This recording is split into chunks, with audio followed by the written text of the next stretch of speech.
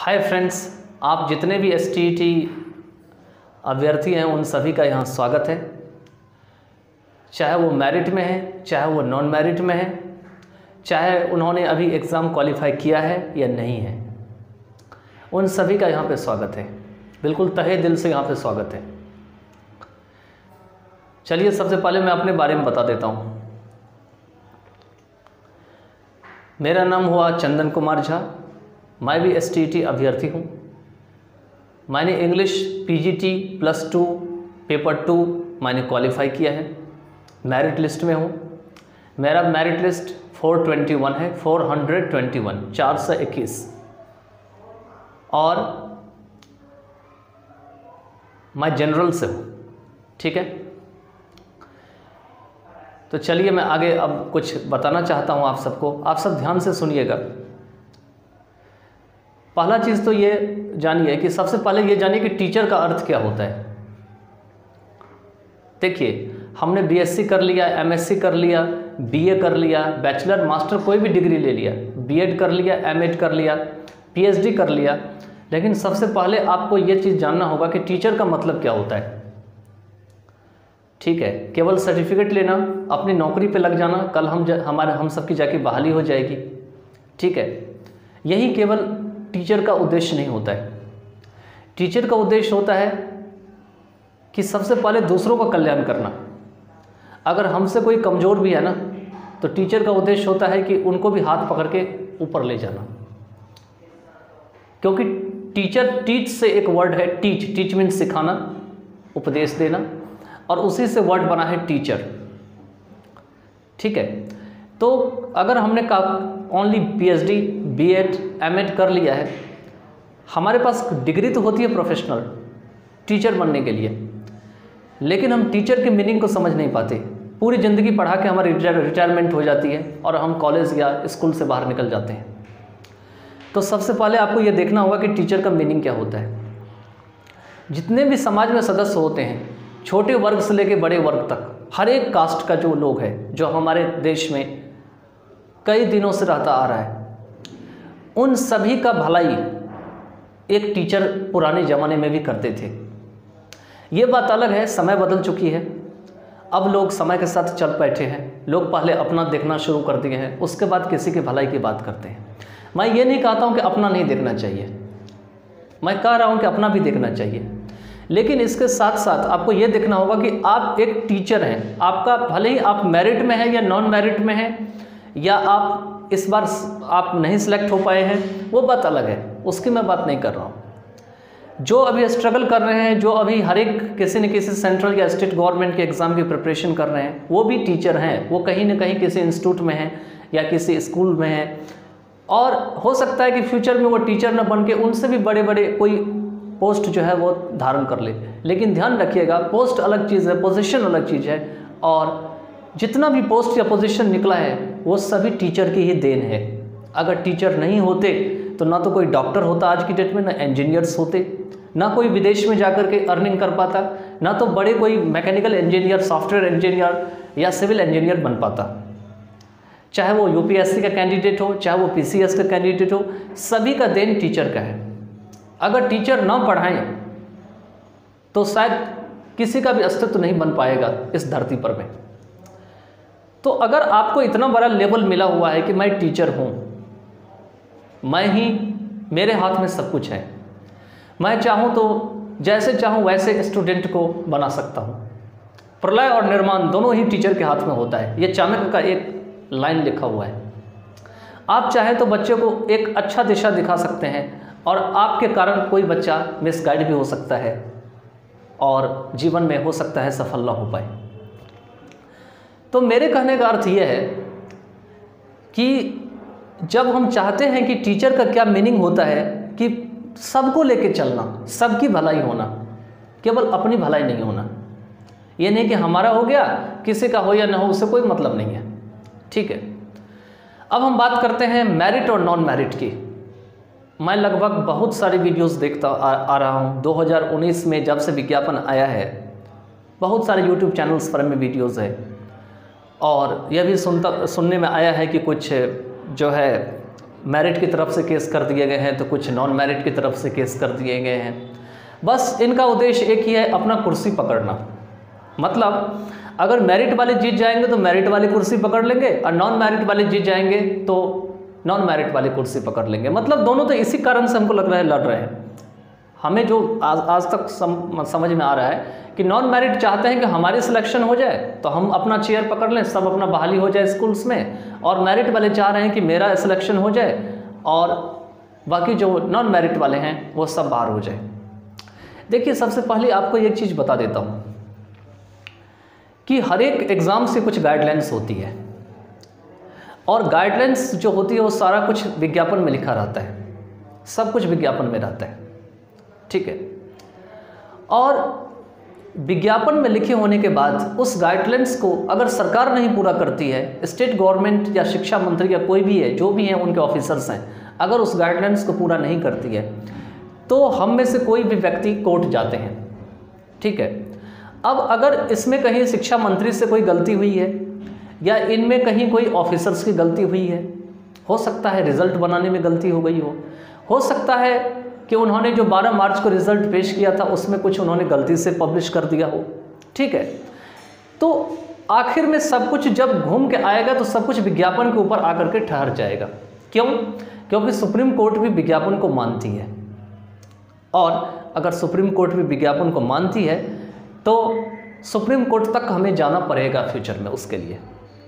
दूसरी बात अब आ रही है कि नॉन मेरिट का क्या होगा।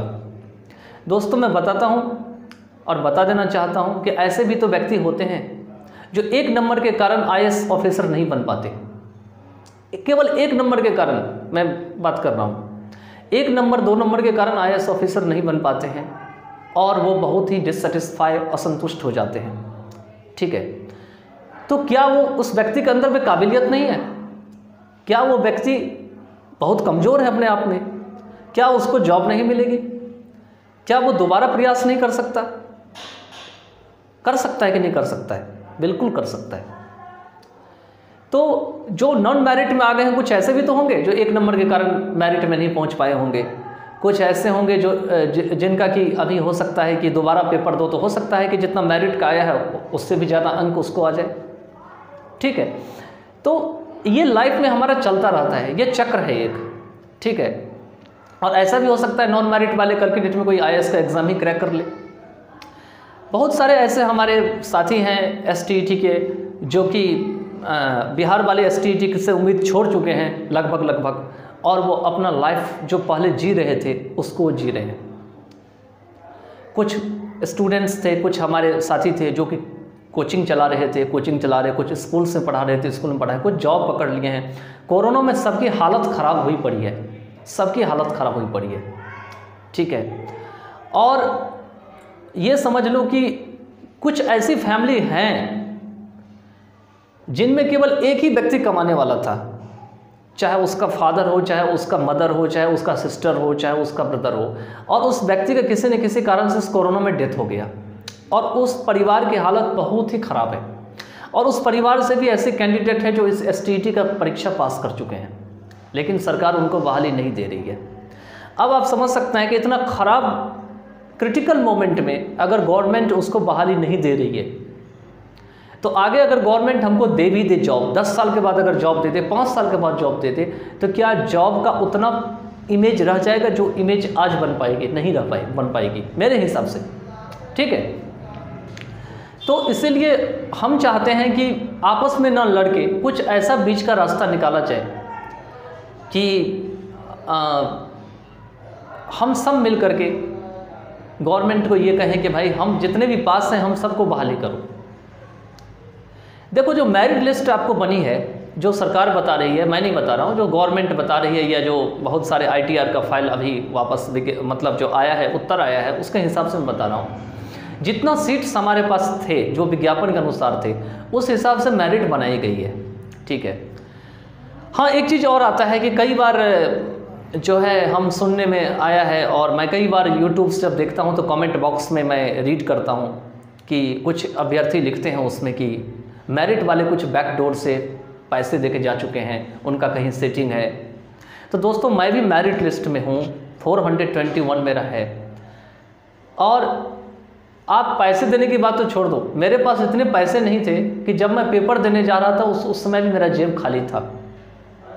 ठीक है, किसी न किसी तरीके से हम अपने पापा को लेकर के पूर्णिया जाकर के पेपर दिए थे उस कोरोना काल में। और कहाँ से हम 10 लाख 20 लाख या जो डिमांड थी वो हम दे पाते। दूसरी बात यह है कि अगर आपको चेक करना है कि हमारे अंदर नॉलेज है या नहीं है, हम कैसे मेरिट में आए हैं, बैक डोर से आए हैं या फ्रंट डोर से आए हैं, कैसे किस तरीके से आए हैं, अगर आपको इस चीज़ का पता करना है, इस चीज़ की जानकारी लेनी है, तो आप जहाँ चाहें हमें बुला करके हमारा एग्ज़ाम, मैं अभ्यर्थी की बात कर रहा हूँ, जिस अभ्यर्थी को लग रहा है वो मेरा टेस्ट ले सकते हैं, वो मेरा पेपर बना करके अपने कहीं पर में भी बिठा करके जहाँ भी वो चाहे वो मेरा पेपर ले सकते हैं, दोबारा ले सकते हैं। हम दोबारा पेपर देने को तैयार हैं। हो सकता है जब हम प्रैक्टिस कर रहे हो तो उसमें कुछ चीज़ें उस समय ज़्यादा याद रहती है, और अचानक अगर हम किसी को दोबारा पेपर देंगे किसी के सामने जा करके, तो हो सकता है कि थोड़ा नॉलेज कम हो जाती है, क्योंकि प्रिपरेशन में नॉलेज अलग टाइप की होती है। उस समय आपका दिमाग दिल बिल्कुल एकदम 100% एनर्जी जो होती है वो उसमें होती है। और नॉर्मली कोई STT का फ्रेंड हमें कहे कि आपने पास किया, थोड़ा अपनी एबिलिटी को दिखाएंगे कि कैसे आपने पास किया है, तो निश्चित है वो हमारे पास आ सकते हैं, या कहीं भी कहेंगे जा सकते हैं, पेपर बना सकते हैं हमारा इंग्लिश का PGT का, और हम पेपर देने को तैयार हैं। ठीक है, हो सकता है उतना क्वेश्चन अटैम्प्ट ना कर पाए जितना क्वेश्चन हमने एग्ज़ाम में अटैम्प्ट किया है। मैंने बताया क्योंकि उस समय कुछ बात अलग होती है, लेकिन हम अभी भी क्वेश्चन को इतना तो ज़रूर अटैम्प्ट कर सकते हैं कि आराम से सक्सेसफुल जो है पास होने का अभी भी उतना तो उम्मीद रखते हैं। ठीक है, तो दूसरा चीज़, एक चीज़ और बता देता हूं कि 17 साल मुझे पढ़ाते हुए हो गया, 17 ईयर्स हो गया, मात्र 15-16 साल की उम्र से मैं पढ़ा रहा हूँ। ठीक है, और 14 साल की उम्र से मैं कुछ कंपनी में जॉब भी किया, कहीं कहीं मैं गया भी, जॉब किया, और वहाँ से मैंने पैसा इकट्ठा किया, फिर मैंने पढ़ाई जारी रखी, और कोचिंग से ही मैंने पढ़ाई की जो है आगे की रूपरेखा को मैंने आगे बढ़ाया। चाहे मैंने बैचलर किया, चाहे इंटरमीडिएट किया, चाहे मैंने मास्टर किया, चाहे मैंने BEd किया, चाहे मैंने म्यूज़िक में भी मैंने BA कर रखी है। तो गाने बजाने का भी मेरे अंदर बहुत शौक़ है, मैं गाना बजाना भी करता हूँ। लेकिन मैं देख रहा हूँ बहुत दिनों से, एक बार तो पेपर कैंसिल हो गया, और बाकी वो परीक्षा जो थी साफ़ सुथरी परीक्षा नहीं थी। मैंने कुछ वीडियोस देखे थे जिसमें कि साफ खुलेआम जो है चोरी दिखाई दी जा रही थी, और इस कारण से कुछ व्यक्ति की मदद से इस परीक्षा को कैंसिल कराया गया। मैं उन व्यक्तियों का नाम लेना नहीं चाहूँगा, और जिसने भी परीक्षा कैंसिल करवाई, हम सब के लिए तो अच्छा रहा, जो भी ईमानदार STT अभ्यर्थी हैं सबके लिए अच्छा रहा, क्योंकि उसमें कुछ डिसऑनेस्ट थे जो कि बैकडोर से जा सकते थे गलत तरीके से। तो दोबारा पेपर हुआ, तो पहला जो पेपर हुआ था उसमें भी मैं पास था, उसमें भी मेरा अच्छा अंक आया था। दोबारा जब पेपर हुआ तो उसमें भी मेरा अच्छा अंक आया हुआ है, 99.99 समथिंग मेरा आया हुआ है। ठीक है, तो आप सबको मैं ये बताना चाहूँगा कि सबसे पहली बात तो, अगर आपके अंदर में क्वालिटी है, अगर आपके अंदर में नॉलेज है, तो आपका नॉलेज कहीं नहीं जाएगा। इसलिए अगर कोई मेरिट में है या कोई नॉन मेरिट में है, तो कोई ज़रूरी नहीं है कि नॉन मेरिट वाला बहुत उसको नॉलेज नहीं है। मैंने अभी जस्ट बताया कि एक नंबर के कारण जो है ना, वो कोई IAS क्वालिफाई कर जाता है, कोई IPS बन जाता है, तो कोई IFS बन जाता है, कोई स्टेट PCS निकाल पाता है, कोई फेल होकर बैठ जाता है। दूसरी चीज़ मैं आपको एक चीज़ बता देता हूँ, समाज में बहुत बड़ी विडंबना मैंने ये देखा है कि जो बच्चा कोई एग्ज़ाम क्वालिफाई नहीं करता, उसको कुछ लोग गलत नज़र से देखने लगते हैं। भाई साहब, मैं आपको बता देना चाहता हूँ कि जो व्यक्ति का परीक्षा पास नहीं हो पाता है, चाहे STT हो, चाहे सिविल सर्विस हो, चाहे कोई भी एग्ज़ाम्स हो, चाहे SSC हो, चाहे रेलवे हो, ध्यान दीजिएगा कि हमारे पास बहुत सारे स्कोप है आगे अपनी ज़िंदगी को गुजारा करने के लिए। और समाज के कुछ व्यक्ति अगर उन्हें ये कहते हैं कि देख वो पास कर गया और तू वहीं का वहीं रह गया, पिछले 10 साल से पढ़ रहा है। भाई साहब, मैं भी 10 साल से तैयारी कर रहा था, मैंने बैंकिंग की तैयारी करी, मैंने फिर जो है BEd करी, मेरा था PhD करने का मूड था, लेकिन सोचा PhD करूँगा 5-7 साल 10 साल लग जाएगा, एज ख़त्म हो जाएगी, इस वजह से मैंने BEd करी। और भगवान का शुक्र था, ऊपर वाले की शुक्र थी, खुदा का शुक्र था कि 2019 में मेरा रिज़ल्ट 12 या 2 दिसंबर को समथिंग ऐसे ही आया था, मार्कशीट पे देखना पड़ेगा। वैसे मैं जुलाई सेशन का स्टूडेंट था 2019 का, और वही शायद 20 या 22 तारीख को आपको दोबारा पोर्टल खोला था फॉर्म फिलअप करने के लिए। तो हमारे पास बहुत गोल्डन अपॉर्चुनिटी था जिसमें मैंने फॉर्म फिलअप किया और मैं एग्ज़ाम को निकाला। अब सुनने में आ रहा है, कुछ कहते हैं कि दोबारा एग्ज़ाम होगा, कुछ कहते हैं कि केस लंबा चलेगा, 2025 में बहाली होगी, इलेक्शन तक चलेगा, कुछ कहते हैं कि 8 साल के बाद होगा भर्ती। देखिए, भर्ती कब भी हो, चाहे अगले साल हो, चाहे 2 साल के बाद हो, चाहे 3 साल के बाद हो, सब कुछ हो सकता है। गवर्नमेंट की व्यवस्था, राजनीतिक पॉलिटिकल व्यवस्था, कानूनी व्यवस्था, जो भी फ्लेक्सिबिलिटी है, जिसमें लचीलापन है, ये हमको परेशान तो कर सकती है, लेकिन हमारी नॉलेज को खा नहीं सकती, हमारी नॉलेज को समाप्त नहीं कर सकती।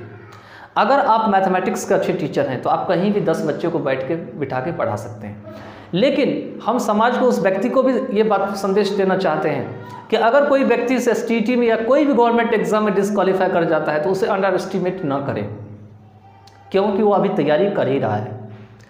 और जब तक आपकी तीर पर में बाण चढ़ा हुआ है तो ये समझ लो कि वो व्यक्ति कहीं ना कहीं फ्यूचर में सक्सीड करेगा। हो सकता है कि क्लर्क के एग्ज़ाम में, STT में, या कोई और एग्ज़ाम है उसमें वो क्वालिफाई नहीं हो पाया, हो सकता है कोई वो बड़ा एग्ज़ाम निकाल ले। तो ऐसे व्यक्ति जब असफल कैंडिडेट पे ताना मारते हैं तो ये चीज़ बहुत ही बुरा है, बहुत ही गलत है। और मैं आगे एक बात और कहना चाहूँगा कि इस एग्ज़ाम्स के कारण जो बहाली नहीं हो पा रही है, बहुत लोगों की शादी विवाह जो है रुका हुआ है। कुछ लड़के हैं, लड़कियां हैं जो इस इंतज़ार में बैठे हुए हैं, कुछ STT मेल फीमेल्स हैं जो इस इंतज़ार में बैठे हैं कि हमारी ज्वाइनिंग हो जाएगी तो कुछ अच्छा हो जाएगा, कुछ अच्छा लड़का या लड़की हमारी लाइफ में मिल जाएगा और हम लाइफ को आगे बढ़ाएंगे। बिल्कुल बात सच है। और कोरोना काल ने तो फिनेंशियल क्राइसिस को इतना ख़राब कर दिया, इतना हम सबको पीछे लेके चला गया कि अभी हम फिर से उस स्टेज में हमको आगे आने में बहुत टाइम लग जाएगा। ठीक है, तो जितने भी STT अभ्यर्थी हैं जो अभी इस एग्ज़ाम में क्वालिफाई किए हैं, मेरिट में हैं या नॉन मेरिट में हैं या परीक्षा पास नहीं किए हैं, किसी को भी हतोत्साहित होने की आवश्यकता नहीं है। हाँ, जो मेरिट में है, क्योंकि मेरिट जो लिस्ट बनी है, ठीक है, तो मेरिट लिस्ट उस हिसाब से बनाई गई है जिस हिसाब से हमारा वैकेंसी था, जितनी सीट्स थी। ठीक है, बाकी जो उसके नीचे था उसको उसने क्या किया, तो नॉन मेरिट और क्वालिफाई दिखा दिया। ठीक है, अब इसमें गवर्नमेंट का हो सकता है कुछ गलती हो सकता है गवर्नमेंट इस बात को सही से अनाउंसमेंट स्टार्टिंग में नहीं किया हो, और इस कारण से जब दोबारा 22 जब भी दोबारा रिजल्ट आउट हुआ है, मुझे उतनी जानकारी नहीं कितनी तारीख को हुआ, 12 मार्च के बाद। ठीक है, तो बहुत सारे ऐसे नॉन मेरिट अभ्यर्थी हैं जिनको लगता है कि मेरिट वाले बैकडोर से जा चुके हैं। देखिए, मैं ये नहीं कहता हूँ एग्ज़ाम में धांधली नहीं होती है, चाहे वो ऑनलाइन एग्ज़ाम हो, चाहे किसी भी एग्ज़ाम हो, लेकिन अगर कोई चला भी गया हो, मान के चलिए, सबसे पहली बात तो सबूत नहीं है हमारे पास, हम गलत अगर ये लाइन बोल भी रहे हैं तो हम गलत बोल रहे हैं। ठीक है, तो क्या हम इस व्यवस्था को रोक लेंगे? सपोज करिए 1000 बच्चे पास हो चुके हैं, 1000 में मान के चलिए 900 बच्चे मेरिट में अपनी हेल्प से, मदद से गए हैं, और 100 बच्चे ऐसे हैं जो इस तरह से जा चुके हैं। तो क्या हम उसको रोक लेंगे? कौन सा हमारे पास सबूत है, कौन सा नियम है, कौन सा कानून है जो हमको उसको रोकने को मदद करेगा? कुछ भी नहीं हम कर पाएंगे। ठीक है, और ये व्यवस्था आज से लचीली नहीं है, बहुत पुराने समय से लचीली है कि बहुत सारे ऐसे जो है कदाचार परीक्षाओं में देखी जाती है, और बड़े बड़े एग्ज़ाम्स में हमने सुने हैं, मेडिकल का एग्ज़ाम होते हैं, सेंट्रल गवर्नमेंट के बहुत सारे एग्ज़ाम्स होती है, स्टेट PCS के बहुत सारे एग्ज़ाम्स होती है। कई बार अखबार में भी आया है छप करके कि यहाँ पर मैं इस तरीके से पैसा लेकर के ये लोग नौकरी दिलवाते थे। तो देखिए, हम ये कहते हैं कि अगर कुछ अभ्यर्थी का एंट्री इसमें हो चुका है, ठीक है, तो क्या हम इसके लिए सारे अभ्यर्थी परेशान हो जाए? क्या मेरिट वाले जितने भी हैं उनको जो है फिर से एग्ज़ाम करवाया जाए? क्या नॉन मेरिट और मेरिट वाले फिर से लड़े मिल करके दोबारा एग्ज़ाम कराए? आखिर में कितना बार एग्ज़ाम हो? और क्या गारंटी है कि नेक्स्ट बार एग्ज़ाम होगा तो दोबारा कदाचार नहीं होगा? क्या गारंटी है? कौन इसकी गारंटी लेगा? शिक्षा मंत्री गारंटी लेंगे? क्या एसटीईटी का कोई अभ्यर्थी इसका गारंटी लेगा? क्या कोई ऐसा व्यक्ति होगा ऑफिसर्स हैं हमारे सेंट्रल या स्टेट गवर्नमेंट में बैठा हुआ जो कि इसका पूरा जिम्मेवारी लेगा? नहीं लेगा, कोई नहीं लेगा। ठीक है, हमारी लाइफ हमारे हाथ में है। अभी हमें यह देखना है कि हम कहाँ खड़े हैं, हमारी क्या अभी पोजीशन है। 2 साल तो हम सबका बर्बाद चला गया। ठीक है, अब आने वाला जो टाइम है हम सबका, वो क्या होने वाला है? आप देख रहे हैं कि सरकार बहाना पर से बहाना कर रही है। पहले कह रही थी कि 15 अगस्त को झंडा फहराएंगे तो आप लोग की बहाली होगी, तो साथ ही में आप झंडा फहराएंगे। 15 अगस्त की बात हो रही थी। फिर कह रहे थे, मैं 6th फेज वाले की बात कर रहा हूँ, फिर कह रहे थे कि दिवाली में आप जो है मिठाई खाएंगे जब आपकी गवर्नमेंट जॉब लग जाएगी तो।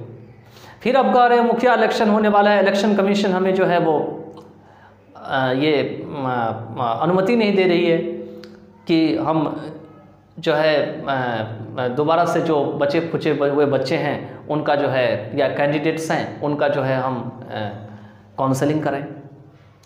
तो आप देख रहे हैं कि गवर्नमेंट हमें कितना पीछे धकेलना चाहती है। हमारा उम्र बीतता जा रहा है, हम केस लड़ भी रहे हैं, हम सब कुछ कर रहे हैं, लेकिन हमें यह भी ध्यान देना होगा कि हमारी एज बीतती जा रही है, हमारा उम्र नहीं पड़ा हुआ है। देखिए आप 10 साल केस लड़ लीजिए, लेकिन 10 साल तो आपका टाइम वेस्ट चला गया। ठीक है, और अगर बहाली होगी भी तो आप कितना दिन नौकरी करेंगे? 10 साल, 20 साल? कुछ ऐसे अभ्यर्थी होंगे जिन्होंने 20-22 साल में क्वालिफाई कर लिया होगा। ठीक है, उसकी बात अलग कर रहा हूँ। कुछ ऐसे कैंडिडेट्स हैं जो कि अभी 40 में क्वालिफाई किए होंगे। ठीक है, 42 में क्वालिफाई किए होंगे, 44 में क्वालिफाई किए होंगे। अब ज़रा सोचिए, अगर किसी ने 44 एज में क्वालिफाई किया है इस एग्ज़ाम को और 10 साल वो केस लड़ेगा तो क्या 54 में जाकर जॉब करेगा? अब ज़रा सोचिए। तो हम लोगों को कुछ ना कुछ ऐसा रास्ता निकालना चाहिए कि हम लोग जो है आसानी से जो है बहाली हो जाए। और इसमें सबसे बेटर यही रहेगा कि अगर नंबर ऑफ़ सीट्स को इंक्रीमेंट कर दिया जाए, जितना सीट है, जिस सीट के कारण मेरिट वाला को डाल दिया गया है और नॉन मेरिट वाले को अलग कर दिया गया है। ठीक है, अगर उस नंबर ऑफ़ सीट्स इंक्रीमेंट हो जाए तो शायद जितने भी अभी क्वालिफाई किए हमारे साथ, जितने भी एसटीईटी अभ्यर्थी हैं हमारे साथ, जो भी साथी हैं हमारे, उन सभी का जो है साथ में जॉब हो जाएगा। ठीक है, मैं इस वीडियो को नहीं बनाना चाहता था, बहुत दिनों से मैं सोच रहा था, लेकिन आज मेरा मन किया कि नहीं, बहुत कुछ हो रहा है और इससे बहुत कैंडिडेट्स का जो फ्यूचर है वो इसमें बिगड़ रहा है। अगर वो केवल इसके ऊपर डिपेंड है तो मैं ये नहीं कहता हूँ। कुछ ऐसे भी कैंडिडेट्स हैं जो ऑलरेडी स्कूल्स में हैं, उनका अपना कहीं ना कहीं सेटअप है, उनका अपना इंस्टीट्यूट्स है, उनका जो है उन्होंने जॉब पकड़ लिया है। कुछ ऐसे भी कैंडिडेट्स हैं जिनको और स्टेट में अभी तक जॉब हो चुका होगा, उत्तर प्रदेश में, बिहार के किसी और डिपार्टमेंट में या किसी और स्टेट्स में। लेकिन जो कैंडिडेट केवल इस एसटीईटी के भरोसे बैठे हैं कि हमारा जो है बहाली हो जाएगा, अगले साल हो जाएगा, आप कह रहे हैं कि जनवरी में होगा, कोई पता नहीं है जनवरी में नहीं होगा कि नहीं होगा। क्योंकि जब शिक्षा मंत्री ये कह सकता है कि 15 अगस्त को हम आपको झंडा फहराएंगे आप स्कूल में जा कर के, और वो फिर दिसंबर में यह कह दे रहा है कि मुखिया इलेक्शन आ रही है, इसके कारण से हम काउंसलिंग नहीं कर पा रहे हैं, तो आप उस स्टेट की शिक्षा मंत्री के बारे में जान सकते हैं, उसके जगह के बारे में जान सकते हैं, उनकी व्यवस्था के बारे में जान सकते हैं, उनके जितने कर्मचारी लोग काम कर रहे हैं उनके बारे में जान सकते हैं, पॉलिटिकल मैटर्स के बारे में जान सकते हैं कि किस तरीके से ये हम सबकी लाइफ के साथ जो है वो खिलवाड़ कर रहे हैं और किस तरीके से हम लोगों को पीछे धकेल रहे हैं। ठीक है, तो देखिए ये मेरा इंस्टीट्यूट है और मैं यहाँ पे ऑनलाइन भी क्लास लेता हूँ, ऑफलाइन भी क्लास लेता हूँ, और मैं भी ऐसा सोचता हूँ कि आज बहाली हो जाए तो कल बहाली हो जाए तो परसों बहाली हो जाए। ये अगर गवर्नमेंट एक पैरामीटर बनाती है कि नहीं मुझे इस तरीके से बहाली करनी है, 3 महीने में करनी है या 4 महीने में करनी है या 5 महीने में करनी है, 6 महीने में करनी है, जितने दिनों में आपको करनी है, एक आप पैरामीटर बना दीजिए और कैंडिडेट्स को आप आशा दे रहे हैं, एक्सपेक्टेशन दे रहे हैं, आप होप दे रहे हैं, और उसके बाद आप कहते हैं कि नहीं इस कारण से हम बहाली को टाल रहे हैं, तो ये चीज़ गलत है, ऐसा नहीं होना चाहिए। और बाकी जितने भी डिसक्वालीफाइड कैंडिडेट्स हैं STET की, मैं उनसे यह आग्रह करूंगा कि देखिए ज़िंदगी बहुत बड़ी है, आपकी जीवन अभी कुछ ऐसे होंगे जो शुरू हुई होगी उनकी ज़िंदगी, कुछ ऐसे हुए होंगे जो फर्स्ट टाइम पेपर दिए होंगे, फर्स्ट टाइम। तो आप घबराएं बिल्कुल नहीं।